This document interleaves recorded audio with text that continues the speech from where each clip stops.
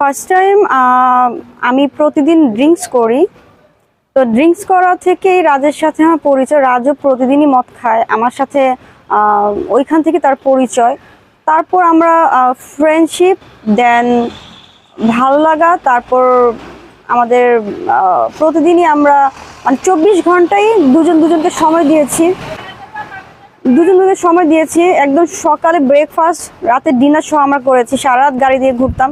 তো একটা সময় দেখা গেছে যে আমাদের ভেতরে শারীরিক যে চাহিদাটা, যেটাকে বলে ভালো লাগা, তৈরি হয়। তো তো দেখা গিয়েছে রাজই আমাকে প্রপোজাল একবার করেছিল যে চলো আমরা একটা কোথাও ঘুরতে যাই। তো আমি বলেছি, রাজ তোমার সাথে আমার পরিচয় মাত্র 12 দিন বা 15 দিন হবে, এত তারা কিসের, আমরা তো আর হারিয়ে যাচ্ছি না। তো একটা সময় দেখা গেছে যে না, সে আমাকে প্রেশার দিত, প্রতিদিনই ঝগড়া করতো। তো তখন আমার একটু ভয় লাগতো যে রাজ আমাকে ছেড়ে চলে যায়, আমি যদি তার কথা না শুনি। তো রাজের কথা মানে ভয় পাচ্ছিলাম বলে আমি ওর কথা একটা সময় রাজি হয়ে যাই। তখন ওর বাসায় যাই, মানে রায়ের বাজার, পূর্ব রায়ের বাজার যে বাসাটা রাজের,